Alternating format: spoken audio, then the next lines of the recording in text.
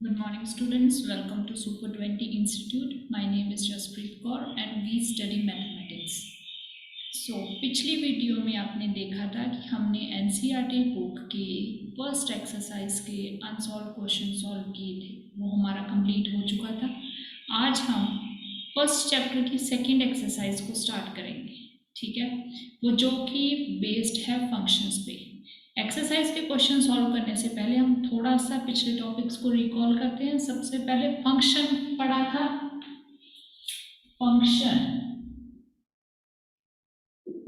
Function defined from x to y is a rule which associates every member of x to a unique member of y. यही definition थी।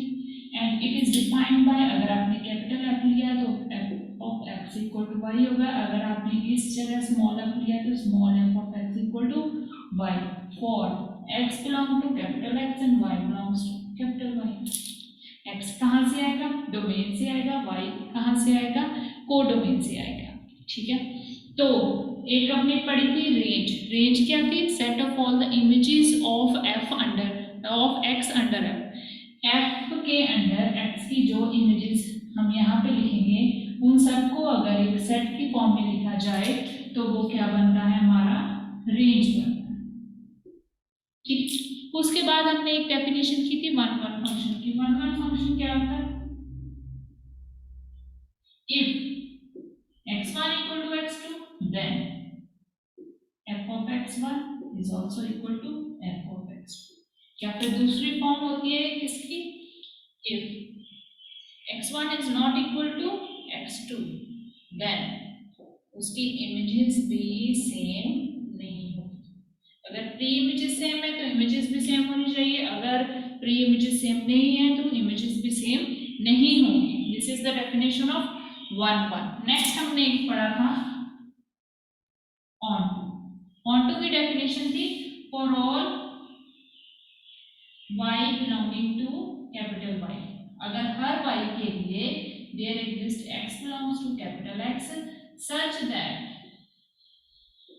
f of x is equal to y, then f is on। ये definition है onto की। अगर हर y के corresponding कोई pre image x में एग्जिस्ट करती है सच दैट, ये डेफिनेशन बने सच दैट, ये डेफिनेशन जस्टिफाइड है, f of x equal to y आ रहा है, then function is onto. अब आप एक और डेफिनेशन देख लो। अगर हमारा फंक्शन वन वन है, अगर वन वन है तो हम इससे इंजेक्टिव फंक्शन बोलते हैं। What is injective? The function which is one one. Next, अगर हमारा फंक्शन जो है ऑन टू है तो हम इसे बोलते हैं सरजेक्टिव, SURJECTIVE, सरजेक्टिव। अगर हमारा function one one onto दोनों है तब इन दोनों को मिला के हम बोलेंगे bijective,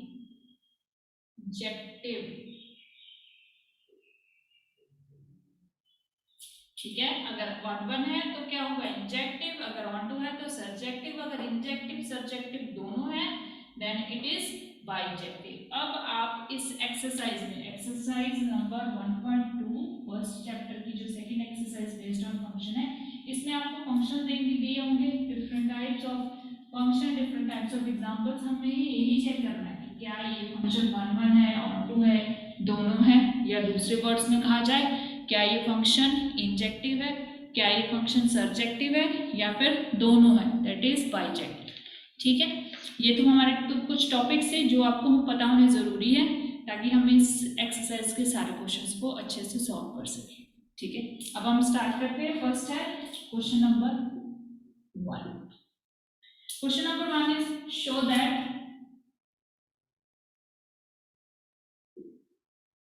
the function f from r star to r star defined by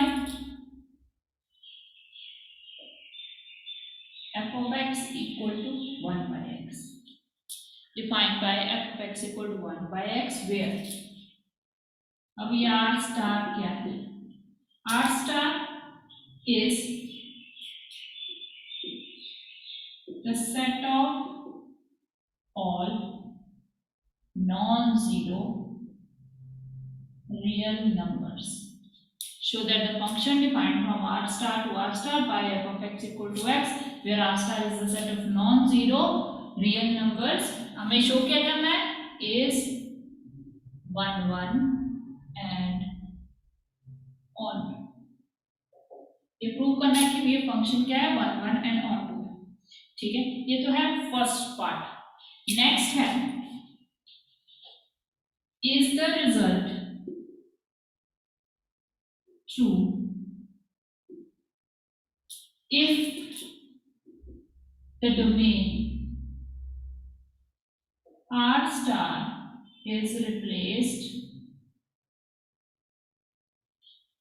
replaced by n, that is set of natural numbers with codomain being same as r star. दो है क्वेश्चन. फर्स्ट है हमें इस फंक्शन को जो कि इस तरह डिफाइन किया हुआ है f x equal to y, ये प्रूव करना है कि that it should be it is 1 1 and on to.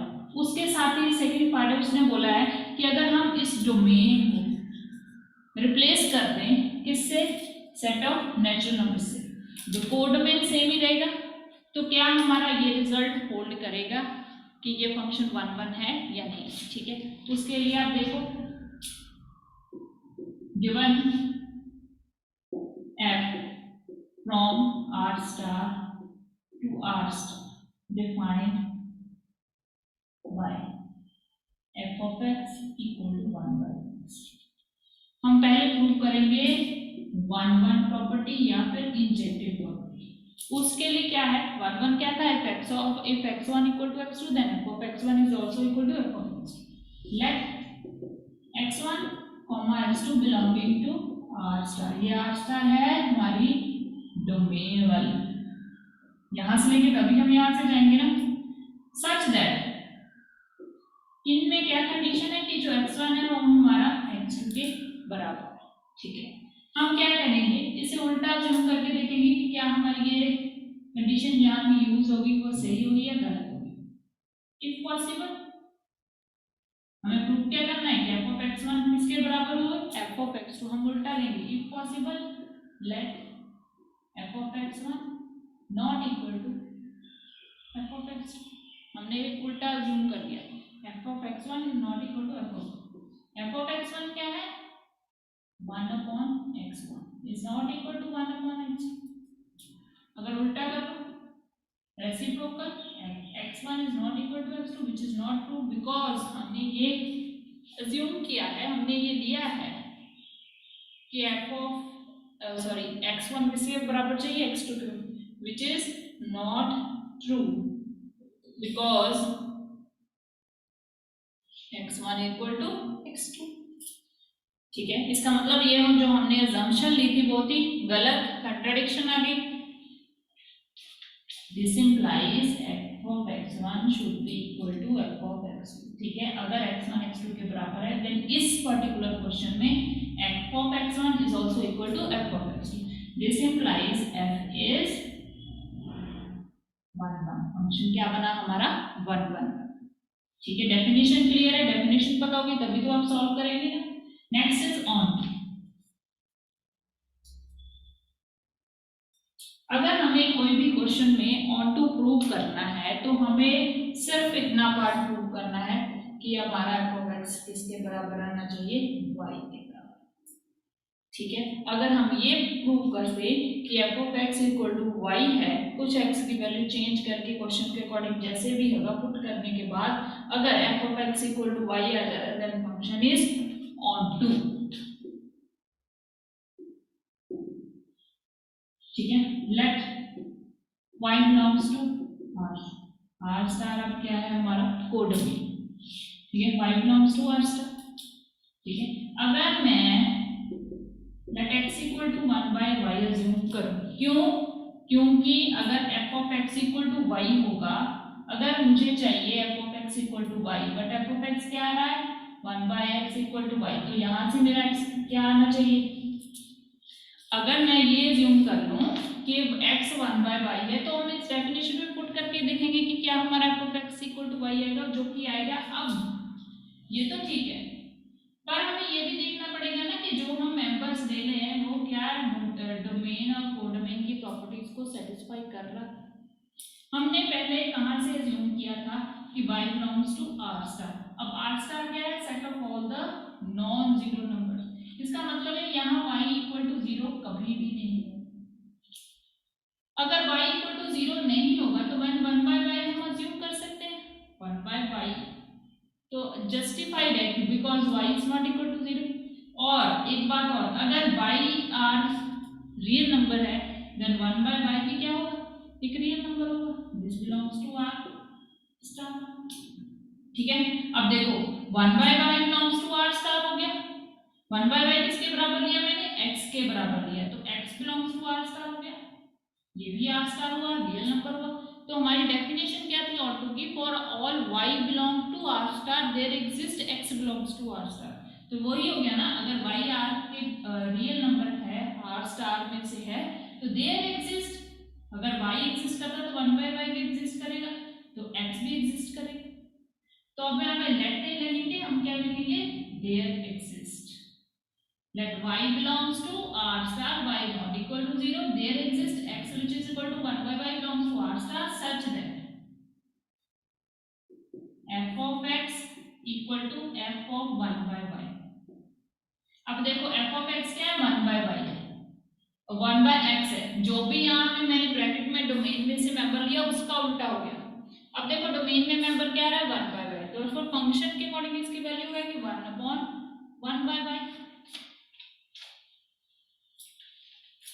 1/1/y, तो ये उल्टा हो गया, क्या बन गया? y। तो डेफिनेशन बन गई ना, let y belongs to r star, y के according there exist x belongs to r star such that f of x is equal to y। Therefore function is onto. ठीक है, अगर हमें ये प्रूव करना है कि फंक्शन हमारा ऑनटू है, देन हमें f of x equal to y के बराबर प्रूव करना पड़ेगा। डेफिनेशन को जस्टिफाई करना पड़ेगा, डेफिनेशन के हर एक वर्ड को हमें अपने क्वेश्चन में लाना पड़ेगा। ठीक है, अब आप देखो मुझे ये कैसे पता चला कि अगर मैं x जो है 1/y अज्यूम करूं, उसके लिए आपको रफ वर्क में थोड़ा सा क्वेश्चन पर ध्यान देना पड़ेगा। जो भी यहाँ होगा उसको आप y के बराबर पुट करके देख लो, वहां से आपने कन्वर्ट कर लेनी वैल्यू। y को x की टर्म्स में लेके आना है, सॉरी x को y के टर्म में लेके आना, तभी आप जब क्वेश्चन में पुट करोगे ना तो f of x equal to y के बराबर आएगा। अगर आ रहा है तो ठीक है, अगर नहीं होगा तो हमें रेंज और कोडोमेन के मेंबर्स में से ही पता चल जाएगा कि ये फंक्शन हमारा ऑनटू बनेगा या नहीं बनेगा। तो कैसे? अब देखो ये तो फर्स्ट पार्ट हो गया। फर्स्ट पार्ट था हमारा कि फंक्शन को 1/1 एंड ऑनटू प्रूव करो। नेक्स्ट उन्होंने ये भी एक साथ में एडिशनल क्वेश्चन दिया है, इज द रिजल्ट ट्रू, मतलब क्या ये फंक्शन 1/1 ऑनटू रहेगा जब डोमेन r स्टार को मैं रिप्लेस कर दूं विद n। ठीक है, अब नया फंक्शन क्या बना है? देयरफॉर न्यू फंक्शन क्या बना हमारा? f from n natural numbers to r star। r star उन्होंने कहा ना codomain being the same r star ही रहेगी। तो अब देखो इस फंक्शन को 1/1 तो हम आसानी से प्रूव करेंगे, कोई भी आप वैल्यू ले लो, x1 इक्वल टू x2 ले लो, f of x1 equal to f of x2, वो तो आ ही जाएगा।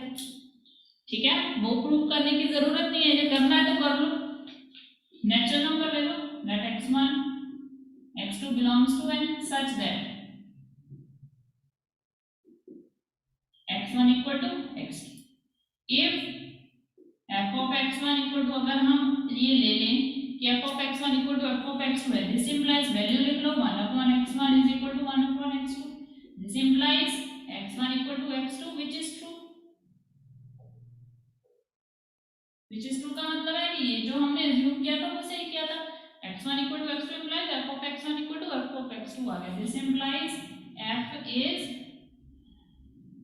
1/1। इस केस में हमारा फंक्शन 1/1 है या फिर इंजेक्टिव है। अब हम चेक करेंगे कि क्या हमारा फंक्शन ऑनटू है या नहीं।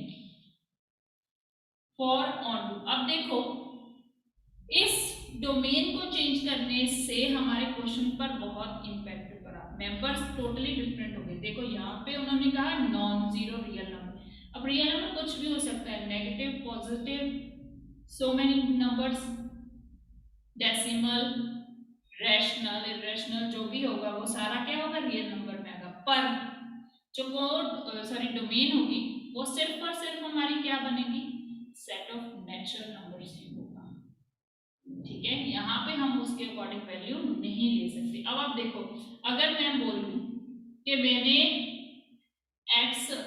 y, इधर जो भी होगी y, f of x equal to y है, y मैंने ले लिया 1.2, ठीक है 1/2, तो f of x equal to क्या आएगा, 1/2 आएगा। आंसर क्या आएगा, 1/2 आएगा। बट 1/2 आया कहां से, 1/x करने से आया। तो 1/x करने से आया मतलब 1/ समथिंग किया, तो मैंने क्या, वो आंसर क्या आया, इसका मतलब x क्या होगा हमारा 1.2 का रेसिप्रोकल होगा। तो अब रेसिप्रोकल देख लो, तो यहाँ पर हमारी जो भी वैल्यू है वो डेसिमल में है। अगर मैं डेसिमल को चेंज कर लूं तो क्या आएगा, 10/12, इसे कटिंग कर लो 5/6 आ गया, x क्या होगा 5/6। तो वैल्यू, इसका मतलब क्या होगा, अगर मैं x 5/6 लूंगी या फिर 1/1.2 लूंगी, तभी मेरा y जो है वो इसको जस्टिफाई करेगा। मतलब यहाँ पर x आपको कुछ लेना पड़ेगा 5/6, तभी आपका आंसर आएगा पॉइंट्स में। पर आप देखो यहाँ पर तो हमारे सारे के सारे क्या है, नेचुरल नंबर्स है, 1 2 3 4 5 6 7 8। तो यहाँ पर तो ना तो डेसिमल आएगा ना ही फ्रैक्शन आएगा। इसका मतलब जो हमारी कोडोमेन है, this is R star codomain,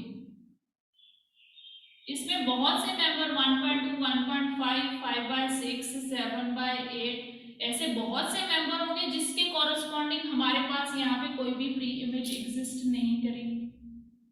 ठीक है, समझ में आया ना, इसमें हमारे बहुत सारे ऐसे मेंबर्स होंगे जिसके कॉरस्पॉन्डिंग यहाँ पे कोई भी प्री इमेज एग्जिस्ट नहीं करेगी, क्योंकि यहाँ पे क्या है, रियल नंबर्स है, नॉन जीरो रियल नंबर्स है। रियल नंबर तो कोई किसी भी फॉर्म में हो सकता है, नेगेटिव, पॉजिटिव, -1 -2 सो ऑन, कोई भी हो सकता है।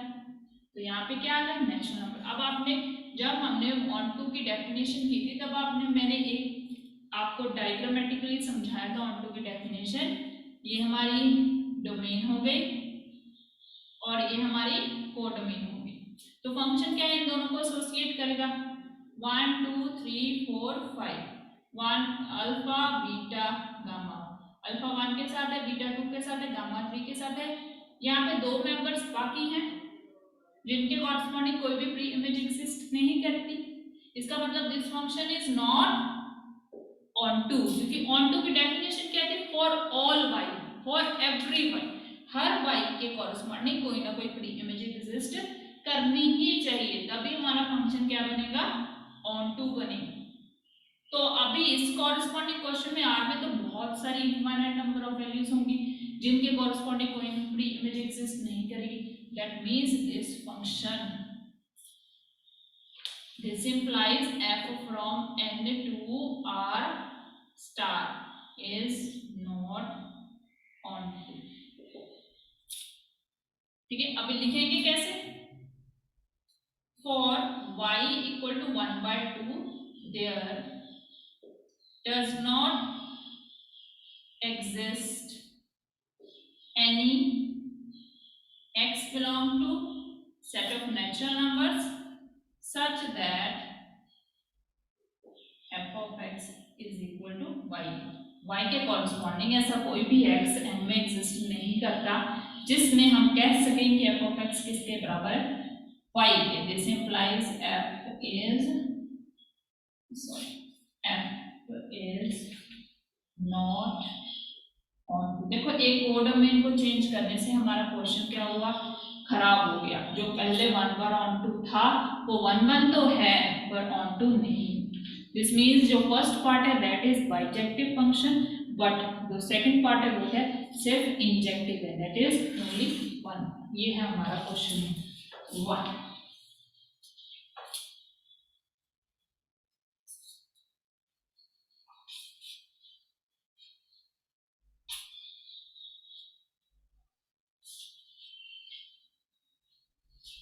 तो आपने देखा कि हमें डोमेन के मेंबर्स के बारे में अगर नहीं पता है तो हम क्वेश्चन को ऑन टू प्रूव नहीं कर सकते। इसलिए आपको ध्यान देना पड़ेगा कि set of natural number, set of real number, set of whole number, set of integers में कौन कौन से एलिमेंट्स होते हैं। नेक्स्ट है क्वेश्चन नंबर 2। क्वेश्चन नंबर 2 में हमारे पास 5 पार्ट्स है, हम कुछ सॉल्व कर लेंगे, कुछ आप खुद से ट्राई कर सकते हैं। Question number 2 first part, check the injectivity and surjectivity of the following. Injective मतलब वन वन चेक करना, सर्जेक्टिव मतलब ऑन टू चेक करना। मतलब ये दोनों को मिला के क्या हुआ, बाइजेक्टिव चेक करेंगे, अगर है तो ठीक है, नहीं है तो नहीं होगा। फर्स्ट पार्ट एफ है n/2n by f of x equal to x square. F of x equal to x square set है हमारा n/n। अब हम चेक करेंगे कि क्या हमारा ये फंक्शन 1 1 है। लेट एफ ऑफ x1, या फिर ऐसे ले लो, let x1, x2 belongs to n। ये n क्या है, हमारा डोमेन है। यहाँ पे लिखने की जरूरत नहीं है, जस्ट मैंने आपकी अंडरस्टैंडिंग के लिए लिखा है कि हम यहाँ से मेंबर्स ले लेंगे, यहाँ से मेंबर लेके हम यहाँ तक जाएंगे। x1 equal to x2 such that x1 जो है वो x2 के बराबर है। If f of x1 equal to f of x2, अगर f of x1 x2 के बराबर है, दिस मींस, इसकी इमेज देख लो, x1 square is equal to x2 square. This means x1 equal to x2 होगा, तभी दोनों के स्क्वायर्स बराबर आएंगे।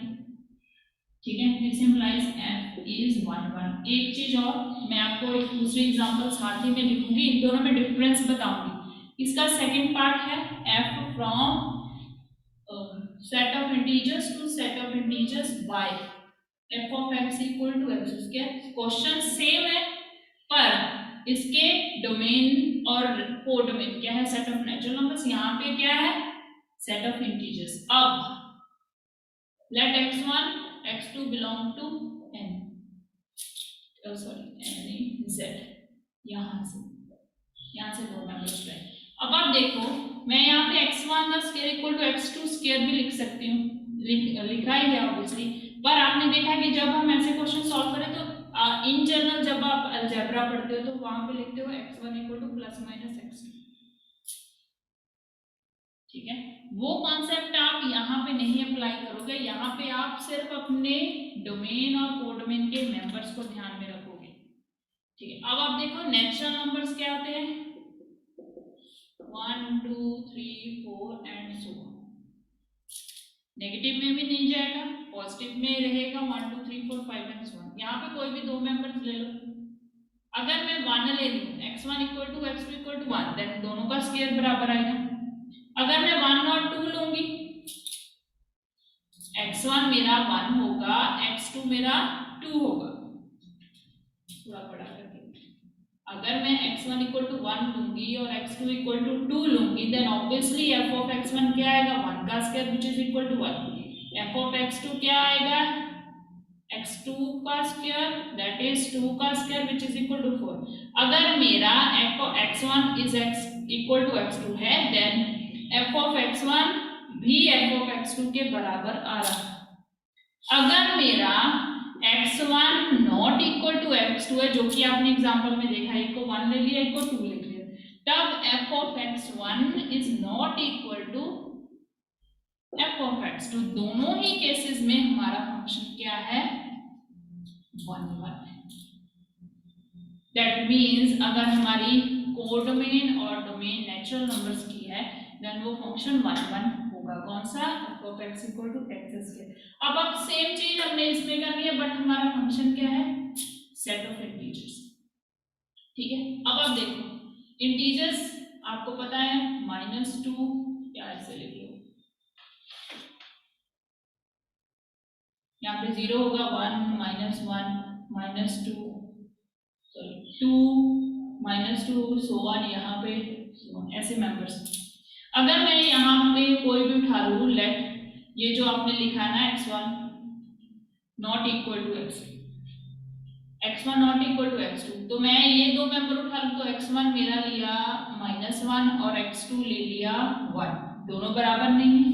यहाँ पे मैं x1 clearly not equal to x2, पर अब जब फंक्शन में पुट करोगे f ऑफ x1 स्क्वायर, वो क्या आएगा -1 का square that is equal to 1 and x2 square that is f of x2 square वो 1 का स्क्वायर क्या आएगा 1। यहाँ पे देखो कंट्राडिक्शन आ गई, डेफिनेशन इसकी contradiction to the definition of 1 1 क्या हुआ, f of x1 not equal to x2 हो गया, बट f ऑफ x1 जो है वो f ऑफ x2 के इक्वल आ रहा है। अगर x1 x2 के बराबर नहीं है तो f of x1 f of x2 के बराबर आ रहा है, मतलब अगर इमेजेस सेम है तो प्री इमेज हमारी सेम नहीं थी, जब उल्टा कह लो अगर प्री इमेज सेम नहीं थी बट क्वेश्चन हमारा ऐसा है कि हमारी इमेजेस क्या आ रही हैं, सेम आ रही हैं, ठीक है। दैट मींस इसमें एटलीस्ट एक तो ऐसा पार्ट था जिसमें हमारा फंक्शन जो है 1 1 प्रूव नहीं हुआ। तो मैंने एक बोला था आपको जब हमने क्लासेस स्टार्ट की थी, अगर हमें शो करना है, अगर हमें प्रूव करना है कि that this particular function is 1 1, तो हमें सारी पॉसिबिलिटीज को चेक करना पड़ेगा कि हमारा फंक्शन क्या हो 1 1। अगर हमें प्रूव नहीं करना, अगर हमारे 100 में से किसी भी एक केस में भी कंट्राडिक्शन आ गई, दैट मींस वो रिजल्ट उस पर्टिकुलर क्वेश्चन पर नहीं लगेगा, ठीक है। हमने अब आप -2 और 2 की एग्जांपल ले लो, सॉरी -3 और 3 की ले लो, -4 और 4 की ले लो, सारी एग्जांपल्स ऐसी हैं जिसमें f of x1 equal to f of x2 तो आ जाएगा, क्योंकि हमारा फंक्शन ही ऐसे डिफाइंड है f of x equal to x square, but हम उसकी प्री इमेजेस सेम नहीं होगी। वो अलग बात है अगर मैं यहाँ पे -2 ले लूँ वहाँ पे 1 लूँ तब तो हमारा 1 1 ऑब्वियसली प्रूव होगा, पर इसमें बहुत सारे केस ऐसे भी हैं जिसमें ये फंक्शन 1 1 नहीं बन रहा। That means this particular function f from z to z by f of x equal to x square is not 1। ये आपको पता चल गया कैसे 1 1 नहीं है। f from z to z is not 1 1, that is not in z। अब हम चेक करेंगे कि क्या हमारा फंक्शन ऑन टू है।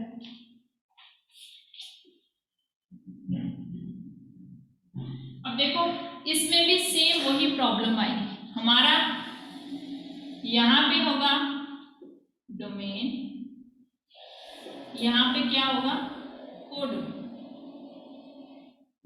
ये फंक्शन जो f of x equal to x square है, इस डोमेन को इस कोडोमेन के साथ रिलेट कर रहा है। यहाँ पे 1 2 3 4 5 6 7, सपोज हमने 7 तक इसको रिस्ट्रिक्ट कर दिया, यहाँ पे 1 2 3 4 5 6 7 मेंबर्स होंगे, ठीक है। अब आप देखो हमारा f ऑफ x क्या है, एक्स स्क्वायर। अगर मैं x1 लूँ तो 1 का स्क्वायर 1 होगा, अगर मैं x2 लूँ तो 2 का स्क्वायर 4 होगा, अगर 3 लूँ तो 9, तो जब हम एक्सटेंड करेंगे तो आ ही जाएगा। तो देखो इसमें बहुत से ऐसे मेंबर्स आपको मिलेंगे जिसके कॉरेस्पॉन्डिंग कोई भी प्री इमेज एग्जिस्ट नहीं कर रही, 2 के कॉरेस्पॉन्डिंग कोई भी मेंबर नहीं आ रहा, क्योंकि हमें क्या लेना है, नेचुरल नंबर्स लेना है। अगर ये फंक्शन ऑन टू बनाना है तो f of x which is equal to x square वो किसके बराबर आना चाहिए, y के बराबर आना चाहिए। पर हम कह रहे हैं कि जो हमारा एक्स स्क्वायर है यहाँ से कुछ भी उठाया तो वो किसके बराबर, अगर 2 हुआ, अगर 2 हुआ देन x क्या होगा अंडर रूट ऑफ 2, मतलब यहाँ पे कोई अंडर रूट ऑफ 2 एग्जिस्ट करना चाहिए जिसके स्क्वायर करके हमारे पास 2 आ जाए, ताकि हम इस 2 को भी इंक्लूड कर सकें। पर आप देखो हमारा सेट क्या है, नेचुरल नंबर है, तो इसका मतलब यहाँ पे अंडर रूट 2 तो कभी भी नहीं होगा, कभी भी नहीं होगा। तो इस 2 के कॉरेस्पॉन्डिंग कोई प्री इमेजेस एग्जिस्ट नहीं कर रहे, इस 3 के कॉरेस्पॉन्डिंग भी नहीं करेगी, 5 के कॉरेस्पॉन्डिंग, 6 के कॉरेस्पॉन्डिंग भी, क्योंकि these are not perfect squares, ठीक है, कोई भी एग्जिस्ट नहीं करा। इसका मतलब कोड में ऐसे बहुत से मेंबर्स होंगे, इनफाइनाइट नंबर ऑफ मेंबर्स होंगे जिसके कॉरेस्पॉन्डिंग कोई भी हमारा प्री इमेज एग्जिस्ट नहीं करा, तो लिखेंगे कैसे, let y is equal to, therefore there does not exist any x belong to, there does not exist any x belongs to set of natural numbers such that f of x which is equal to x square equal to 2, ऐसा कोई भी x नहीं मिलेगा, this implies f is not on। अब यहाँ पे देख लो, यहाँ पे हमें ऑन टू फंक्शन प्रूव करना है, यहाँ पे हो गया हमारा सेट ऑफ इंटीजर्स, कहाँ से, डोमेन से, यहाँ पे हो गया हमारा set of region integers codomain से। अब यहाँ पे कोई रिस्ट्रिक्शन नहीं है, पॉजिटिव नेगेटिव कोई भी ले सकते हैं। तो सपोज मैंने लिया यहाँ से, यहाँ पे स्टार्ट किया था 0 -1 -2 -3 सो ऑन, 1 2 3 सो ऑन। यहाँ पे भी सेम मेंबर्स आएंगे क्योंकि सेम ही सेट है, -1 -2 -3 so on, 1 2 3 4 and so on. तो यहाँ पे क्लियरली आप देखो, इस -1 का हमें यहाँ पे ये फंक्शन है f x स्केयर, तो यहाँ पे जो जो मेंबर्स हमें हमारे रेंज में चाहिए वो सारे क्या चाहिए आपको, स्क्वायर ऑफ सम नंबर चाहिए, परफेक्ट स्क्वायर चाहिए। लेकिन यहाँ पे आप देखो नेगेटिव नंबर्स हैं, square of any number can not be negative, वो तो सिंपल रिजल्ट है ना, इस नंबर के कॉरेस्पॉन्डिंग यहाँ पे कोई नंबर नहीं मिलेगा। ठीक है, अगर मैं वही प्रॉब्लम ले लूं, अगर मैं y ले लूं अपना -1, तो y अगर -1 हो तो f of x equal to y होना चाहिए। अगर फंक्शन ऑन टू है then f of x equal to y होना ही चाहिए। तो मैं ये ले लूं f of x equal to x square, वो तो गिवन है x square equal to y which is equal to -1, that means x square वो क्या होगा, -1 होगा। तो इंटीजर्स में ऐसा कोई भी नंबर नहीं है, ठीक है, इंटीजर्स में ऐसा कोई भी नंबर नहीं होगा जो कि x स्क्वायर इक्वल टू -1 को सेटिस्फाई करेगा, that is square of any number can not be a negative number.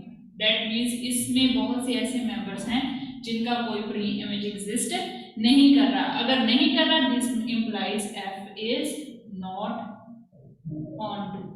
लिखेंगे सेम ऐसे जैसे हमने वहां लिया, आप 2 भी ले सकते हो, यहाँ पे 2 भी है, 2 is not a perfect square. Negative number ले लो तो ज्यादा बेटर है, ये आपको क्लियरली समझ में आ जाएगा। तो लिखेंगे कैसे, वही y equal to 2, there does not exist any x belongs to, यहाँ पे क्या होगा, सेट ऑफ इंटीजर्स होगा। सेट ऑफ इंटीजर्स में इसमें ऐसे बहुत से मेंबर्स हैं जिनका कोई प्री इमेज एग्जिस्ट नहीं कर रहा, that means this function is not onto. अब आप देखो सेम फंक्शन थे, प्रूफ भी हमें सेम ही करना था, चेक भी हमें यही करना, 1 1 है, सर्जेक्टिव है, इंजेक्टिव है या नहीं है। बट डिफरेंस क्या है, डोमेन कोड में वहां पे इंटीजर्स की बात हो रही है, यहाँ पे नेचुरल नंबर्स की बात हो रही है। ऐसा नहीं है कि मुंह उठा के ऐसे ही हमने डेफिनेशन लिख दी कि ये 1 1 है या नहीं है, हमें चेक भी करना पड़ेगा क्या ये बनता है क्वेश्चन के अकॉर्डिंग या नहीं। ठीक है, ऐसे ही इस क्वेश्चन के 3 पार्ट्स और हैं, आप खुद प्रैक्टिस करना, खुद देखना कि कौन सा मेंबर है कौन सा मेंबर नहीं है, किसकी प्री इमेज एग्जिस्ट करेगी किसकी नहीं करेगी। तो आपको क्लियरली ये पता चल जाएगा कि कौन सा फंक्शन 1 1 है, इंजेक्टिव है, ऑन टू है, सब्जेक्टिव है एंड सो ऑन। नेक्स्ट हमारा है question number 3, prove that the greatest integer function है f from R to R defined by f of x which is greatest integer function। तो greatest integer function की value का मतलब आपने पढ़ा होगा, greatest integer function is neither 1 1 nor onto. पहले आपको ये पता होना चाहिए कि ग्रेटेस्ट इंटीजर फंक्शन क्या है, ये आपने पिछली क्लास में पढ़ा होगा। ग्रेटेस्ट इंटीजर फंक्शन की वैल्यू होगी integer slightly on the left side of the x taken, जो भी आप यहाँ पे x लोगे उसके लेफ्ट साइड में जो भी फर्स्ट इंटीजर आएगा उसकी वैल्यू क्या होगी, एफ ऑफ एक्स, उस वो क्या होगा, इस ग्रेटेस्ट इंटीजर फंक्शन की वैल्यू। फॉर एग्जांपल मैंने ले लिया लेट x1 इक्वल टू 1.5, तो f of x1 greatest integer function of x, that is x1, that is greatest integer function of 1.5। अब नंबर लाइन है 0 1 2 3 4, इधर -1 -2 -3 एंड सो ऑन। तो मैंने 1.5 लिया, 1.5 यहाँ होगा, ठीक है। 1.5 के लेफ्ट साइड पे कौन सा पहला इंटीजर आएगा, 1, देन f ऑफ x1 की वैल्यू कितनी आएगी, 1। तो आप इसे थोड़ा चेंज कर लो, यहाँ पे सपोज यहाँ पे है 1.3, तो अगर मैं x2 let x2 1.3, then f of x2 that is greatest integer function of x2, that is greatest integer function of 1.3। अब 1.3 के लेफ्ट साइड पे भी क्या कौन सा पहला इंटीजर आएगा, 1 आएगा, दैट इज इसकी वैल्यू भी की है 1। अब ये एग्जांपल देख लो, इस पे हम डायरेक्टली ये प्रूव कर रहे हैं that this function is not 1 1। क्यों, मैंने क्या किया, एक x1 ले लिया, एक x2 ले लिया, हमारे x1 x2 दोनों क्या है, सेम नहीं है, बट जो का हमने फंक्शन में उसकी वैल्यू पुट की, उसका ग्रेटेस्ट इंटीजर फंक्शन चेक किया, दो फंक्शन की वैल्यू क्या आ रही है, सेम आ रही है। इसका मतलब इसमें एक केस ऐसा है जो 1 1 की डेफिनेशन को क्या कर रहा है, कंट्राडिक्ट कर रहा है। और देख लो यहाँ पे मेरा आया नेगेटिव ऑफ 0.5, यहाँ पे मेरा आया नेगेटिव ऑफ 0.2। अगर x1 ले लूं मैं -0.5, तो f of x1 that is greatest integer function of -0.5, इसके लेफ्ट साइड में भी क्या आ रहा है, -1, तो दूसरी वैल्यू यूज कर लो -0.2। f of x2 बहुत सिंपल है, -0.2, उसके लेफ्ट साइड पे कौन सा इंटीजर आ रहा था, -1, दोनों की वैल्यूज क्या आ रही है, -1, बट दोनों की प्री इमेजेस जो है वो सेम नहीं है। इसका मतलब this function is not 1 1, not injective. Next हमें प्रूव करना है ऑन टू। ऑन टू की डेफिनेशन क्या कहती है, हर y belonging to this R, हर y के कॉरस्पॉन्डिंग यहाँ पे कोई ना कोई एक x एग्जिस्ट करना ही चाहिए। अब आप देखो ये है हमारा R, ये है हमारा R, यहाँ से यहाँ तक गया f of x which is greatest integer function, ठीक है। ग्रेटेस्ट इंटीजर फंक्शन, यहाँ पे आप रियल नंबर्स -1 -2 0 1 2 3 4 5 -5 सो ऑन, यहाँ पे कुछ भी वैल्यू होगी, नेगेटिव 0.1 0.2 -0.7 एंड सो ऑन, कोई वैल्यू भी। सिमिलरली यहाँ पे भी ऐसी वैल्यूज होगी -4 -3 -2 -1 0 1 2 3 4 5 -0.7 0.7 0.1 2.5, ऐसी बहुत सी वैल्यूज होंगी, बट हमने क्या किया, इसको इसके साथ रिलेट कर दिया with f of x equal to greatest integer function of x। अब देखो यहाँ पे भी सेम प्रॉब्लम आएगी। हमने क्या किया, हमने क्या एक रेंज ले ली, एक डोमेन ले ली, डोमेन के मेंबर्स लिख लिए, सॉरी कोडोमेन के मेंबर्स लिख, ठीक है, this is codomain, this is domain. अब आप देखो ये है हमारी डोमेन, ये है हमारी कोडोमेन, ठीक है। यहां से मेंबर उठा लो, जैसे -2 आ, -2 का तो -2 ही रहेगा क्योंकि वो तो वही है, ठीक है, कंप्लीट है। अब आप देखो 0.7 का ग्रेटेस्ट इंटीजर फंक्शन है, f of x equal to f of 0.7, negative of 0.7, that is negative of 0.7 का ग्रेटेस्ट इंटीजर फंक्शन, वो क्या आएगा, सॉरी -1, क्योंकि उसके लेफ्ट साइड में कौन सा इंटीजर है, -1। अगर फ्रैक्शनल है, अगर पूरा पूरा है तो वो तो सेम ही रहेगा, ठीक है, यहाँ पे भी हमारे पास एक मेंबर है माइनस ऑफ 0.7, पर फंक्शन हमारा क्या है, ग्रेटेस्ट इंटीजर फंक्शन।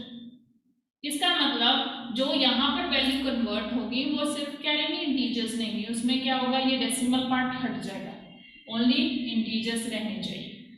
ठीक है, अगर मैं बोलनी हूँ कि ये फंक्शन हमारा ऑन टू है, तो यहाँ पे जितनी भी वैल्यूज लूंगी मैं, चाहे वो डेसिमल हो चाहे फ्रैक्शनल हो, कुछ भी हो, उन सबके कॉरस्पॉन्डिंग कोई ना कोई यहाँ पे एक प्री इमेज एग्जिस्ट करनी चाहिए। किसके according, f of x equal to greatest integer function of x के अकॉर्डिंग।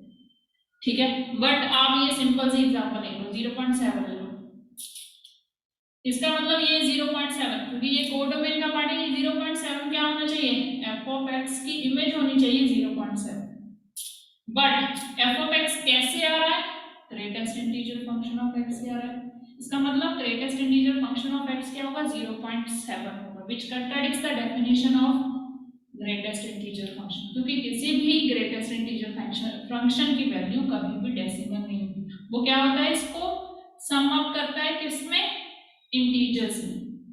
इसका मतलब 0.7 की कोई प्री इमेज एग्जिस्ट नहीं करेगी, 0.1 की भी नहीं करेगी, 2.5 की भी नहीं करेगी, 0.7 नेगेटिव की भी नहीं करेगी। ऐसे बहुत से इसमें मेंबर्स होंगे जिनकी कोई प्री इमेज एग्जिस्ट नहीं करेगी। क्यों, क्योंकि function is greatest integer function, f of x equal to greatest integer function. Greatest integer function का काम क्या है, डेसिमल फ्रैक्शनल पार्ट को इंटीजर में चेंज करना। ठीक है, ये तो हमने बोल दिया greatest integer function equal to 0.7, which is not true, क्योंकि डेफिनेशन जो ग्रेटेस्ट इंटीजर फंक्शन की क्या है, वो x अगर मैं 0.7 लूँ तो उसके लेफ्ट साइड में क्या आना चाहिए, जो इंटीजर, वो इसका आंसर आना चाहिए।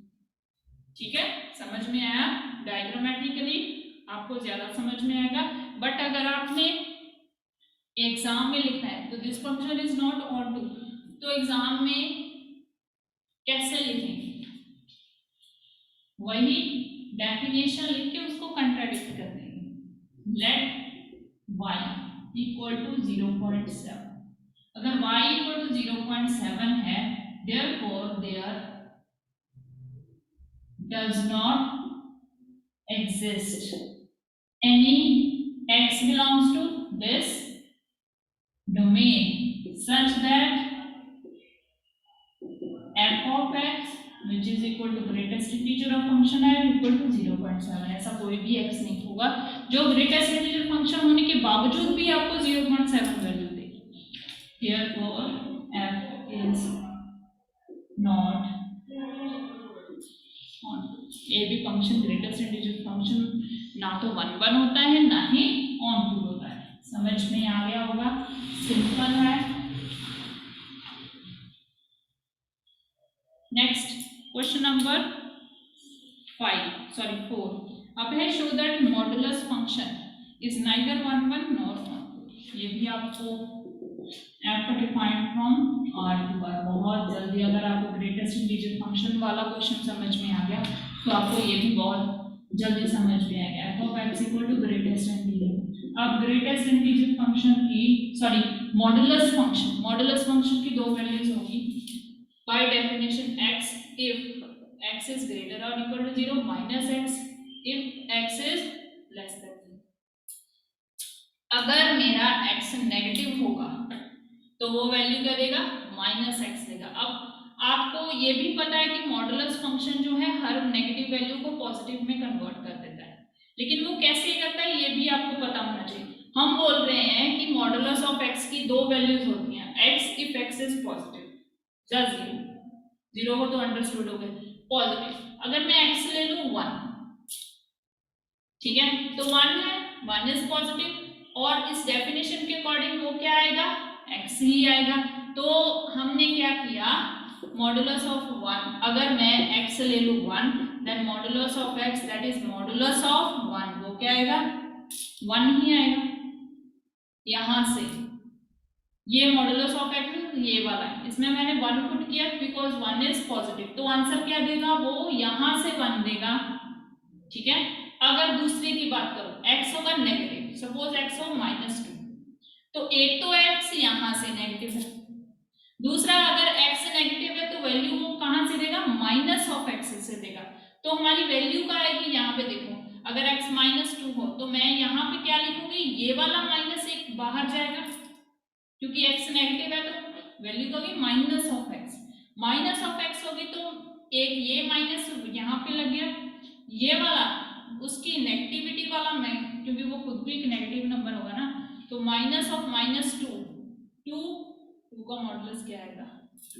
ऐसे हम किसी भी नेगेटिव नंबर को क्या कर देंगे, पॉजिटिव कर देंगे। ठीक है, आप ये देखो, या दूसरी तरह से मैं बोलूं, अगर मेरा x जो था वो -1 था तो modulus of x that is modulus of -1, इसको मैं कैसे लिखूंगी, एक तो वो खुद नेगेटिव था क्योंकि नेगेटिव नंबर था, एक माइनस यहां से आ गया, तो माइनस ऑफ -1 क्या बना, 1।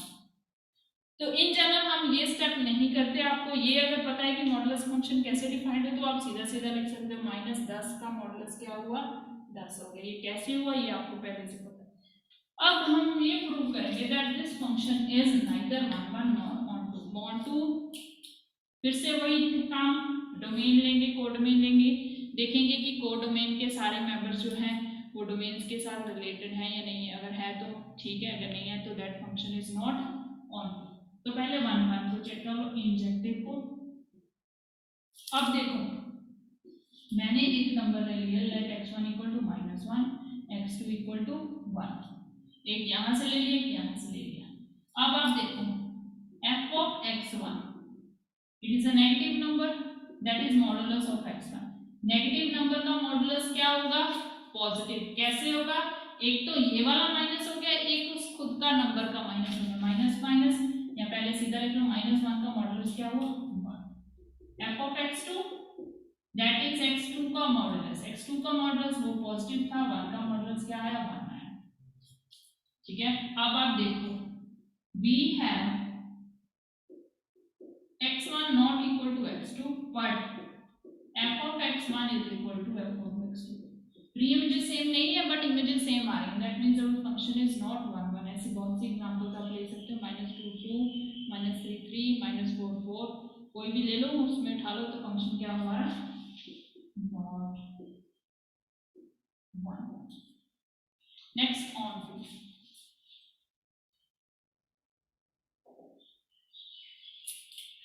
टू में भी सेम वही प्रॉब्लम है, ये आप अपनी ले लो डोमेन, ये आप ले लो कोडोमेन, इसमें f of x क्या हुआ, मॉडुलस ऑफ x।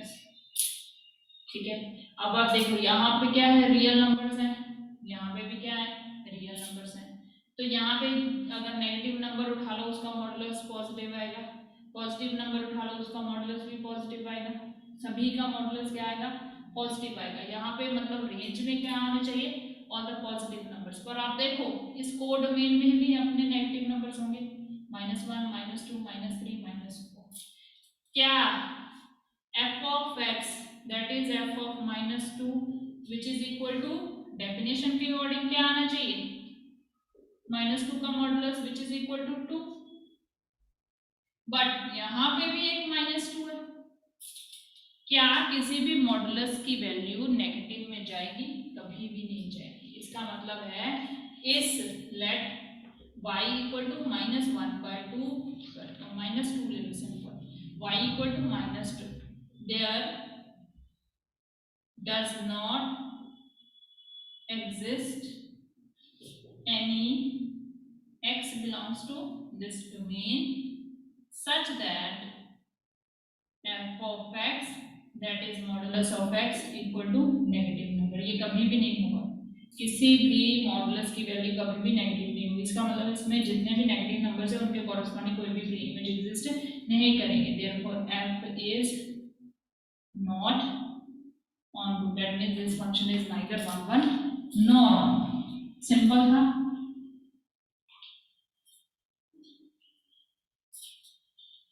नेक्स्ट है हमारे पास question number 4।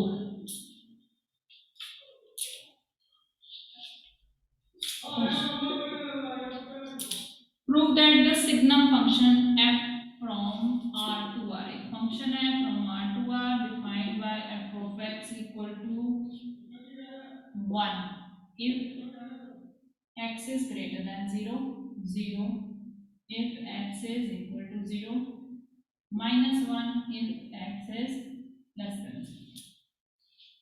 This function is neither 1 nor odd. ठीक है, इस फंक्शन में आपको सिर्फ तीन वैल्यूज मिलेंगी -1 0 और 1.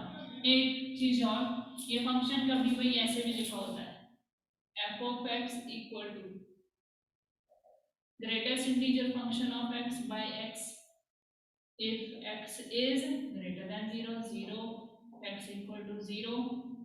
ठीक है, greatest integer function of x upon minus x if x is less than 0. कभी ऐसे भी लिखा होता है, आप इन जनरल ऐसे ही पढ़ो जिससे आपको ज्यादा क्लियरेंस मिलेगी. अब ये भी हमें प्रूव करना है that this function is neither 1 1 और 2 1 1 के लिए देखो क्लियर है. अगर मैं एक नंबर नेगेटिव ले लूं एक नंबर पॉजिटिव ले लूं, अगर मैं x1 ले लूं तो उसका आंसर क्या आएगा 1. अगर x में -2 ले लूं नेगेटिव नंबर ले तो उसका आंसर आएगा -2. इमेजेस सेम नहीं है तो प्री इमेजेस सेम नहीं. ये तो हमने प्रूव कर दिया दैट दिस इज 1 1. अब हम इसमें ऐसे भी केसेस हम ढूंढ सकते हैं जिसमें फंक्शन की वैल्यू मतलब इमेजेस सेम ना हो, सॉरी इमेजेस सेम हो बट प्री इमेजेस सेम. अब देखो x से ग्रेटर देन 0 है, ग्रेटर देन 0 है तो 1 से 0 से बड़े बहुत सारे नंबर्स हैं 0 से बड़े, उनमें से कोई भी दो बेसिक उठा लो. Let x1 equal to 1 x2 equal to 2. अब आप देखो क्लियरली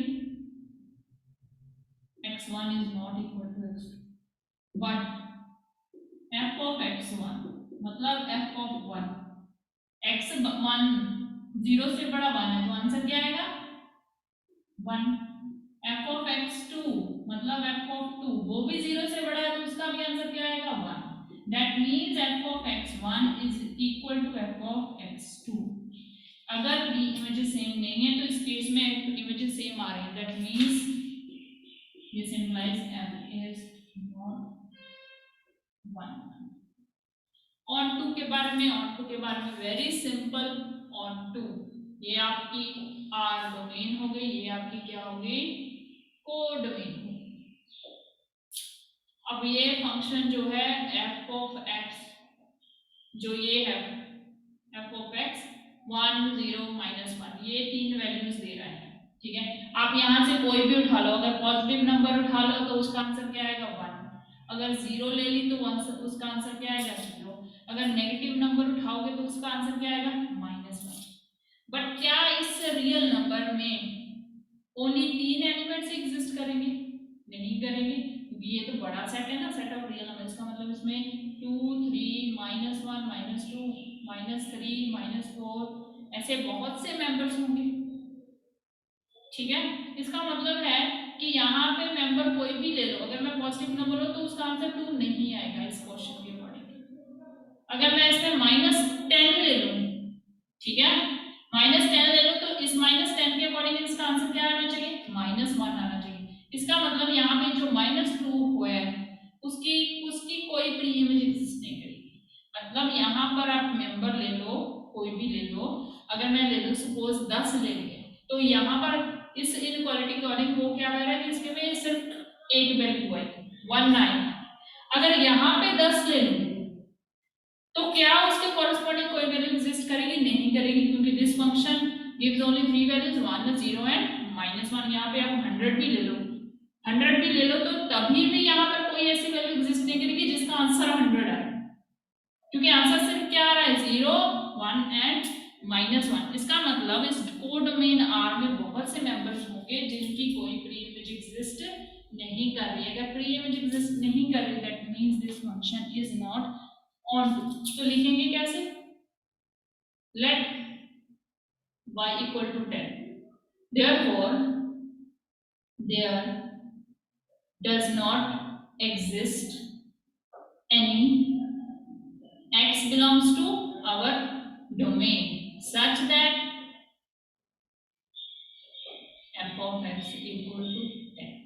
ऐसा कोई भी x हम नहीं ढूंढ पाएंगे जिसकी इमेज क्या हो रही हो 10 आ रही है, क्योंकि इमेज इस फंक्शन के अकॉर्डिंग क्या आएगी, या तो 1 आएगा, या फिर 0, या फिर -1। This implies f is not onto. तो अब हमने दो तरीके से देखा, क्या फंक्शन ऑन टू है, क्या फंक्शन ऑन टू नहीं है। लिखना आपको ये डेफिनेशन के अकॉर्डिंग है, समझने के लिए आप रफ करो में वो कोड में डोमेन वाला कॉन्सेप्ट अप्लाई करके देख सकते हो, बिकॉज उससे क्या है क्वेश्चन सॉल्व करना थोड़ा इजी हो जाता है। Next question number 5।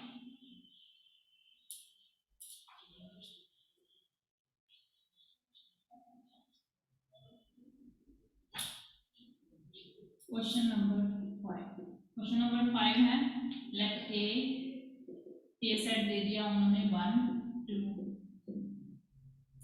B set दे दिया 4 5 6 एंड 7। तो फंक्शन उन्होंने define from A to B by, function कैसे डिफाइन कर दिया, 1 का इमेज आएगा 4, 2 का आएगा 5, 3 का आएगा 6। Show that this function is 1 1। ये फंक्शन 1 1 है या नहीं। अब आप देखो ऐसे डायग्रामेटिकली, ये हो गया मेरा ए, ये हो गया मेरा बी, ये जो ए कैप हमने डिफाइन किया गया, यहाँ पे 1 2 3 एलिमेंट थे, यहाँ पे 4 5 6 एंड 7, ये 4 एलिमेंट थे। अब आप देखो 1 को एसोसिएट कर दिया उसने 4 के साथ, 2 को 5 के साथ, 3 को 6 के साथ। Different elements, distinct elements are associated with distinct images. अगर x1 1 ले लूं, x2 2 ले लूं, then f of x1 f of x2 दोनों क्या रहे, डिफरेंट आ रहे। Distinct preimages have distinct images, तो that means our function is 1 1। लिखने में क्या करेंगे, let x1 equal to 1, x2 equal to 2। Clearly x1 is not equal to x2।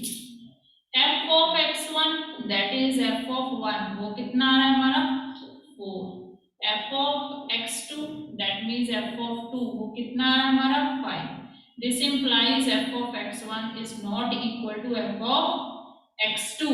अगर x1 x2 के बराबर नहीं है then f of x1 is also not equal to f of x2। this implies f is 1। ठीक है, एक और चीज, क्या ये हमारा फंक्शन ऑन टू बनेगा। पिछली क्वेश्चंस के अकॉर्डिंग हमने कितने क्वेश्चंस ऐसे इस फॉर्म में सॉल्व किए, उसमें हमने ये चेक किया कि हमारी जो कोड मेन है उसका हर मेंबर किसी ना किसी प्री इमेज के साथ एसोसिएट होना चाहिए। अब आप देखो यहाँ पे एक 7 भी है जिसकी कोई प्री इमेज एग्जिस्ट नहीं की, that means this function is not onto. हालांकि ऑन टू पूछा नहीं है, अगर इन केस आ जाए तो आपने क्या करना है कि जो कोड मेन है उसके मेंबर्स देख लेने कौन से, तो आपने ये देखना है कि उसका हर मेंबर किसी डोमेन के मेंबर के साथ एसोसिएट होना चाहिए। अगर हो गया तो ऑन टू है, अगर नहीं है तो नहीं होगा। This function is not onto. ये थे हमारे एक्सरसाइज नंबर 2 के 5 क्वेश्चंस। नेक्स्ट क्वेश्चन हम अगले लेक्चर में सॉल्व करेंगे। Thank you so much.